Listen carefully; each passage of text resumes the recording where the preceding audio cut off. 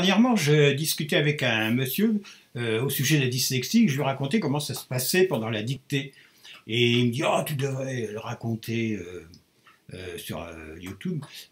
Donc voilà, c'est ce que je fais aujourd'hui. C'est-à-dire que je me souviens, je vais donner un exemple. C'était la dictée, et puis la maîtresse dictait le chat poursuit la souris.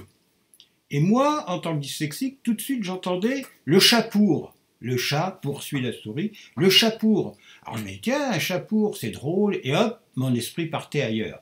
Donc pour l'orthographe, c'était pas terrible. Et puis j'imaginais ce qu'était un chapour.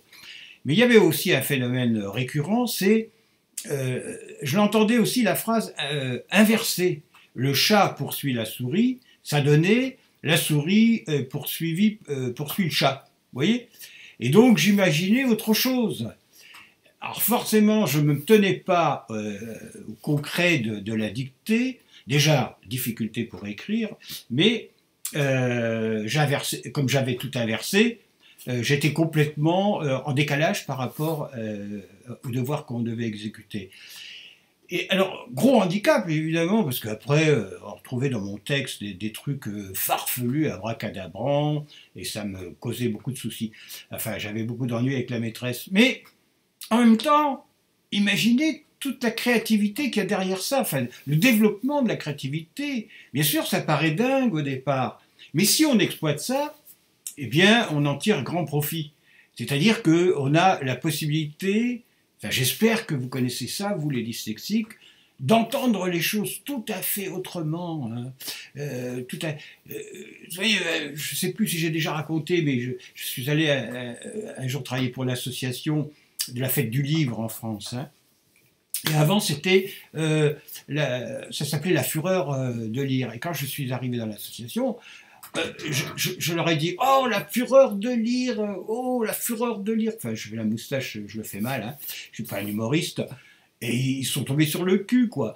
Ils n'avaient jamais entendu que ce son-là, vous voyez. Et donc ça, c'est grâce à la créativité. Donc tout n'est pas néfaste dans la créativité. Bien sûr, pour les études, c'est mal barré.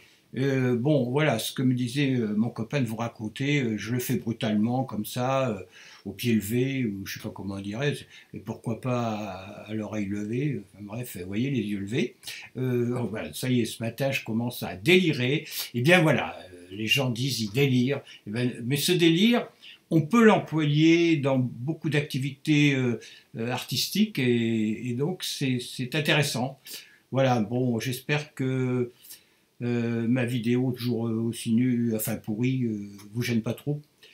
Mais ce qui compte, c'est j'essaye de transmettre tout ce que j'ai pu connaître par la dyslexie sans être un spécialiste. Allez, bon, à bientôt et merci.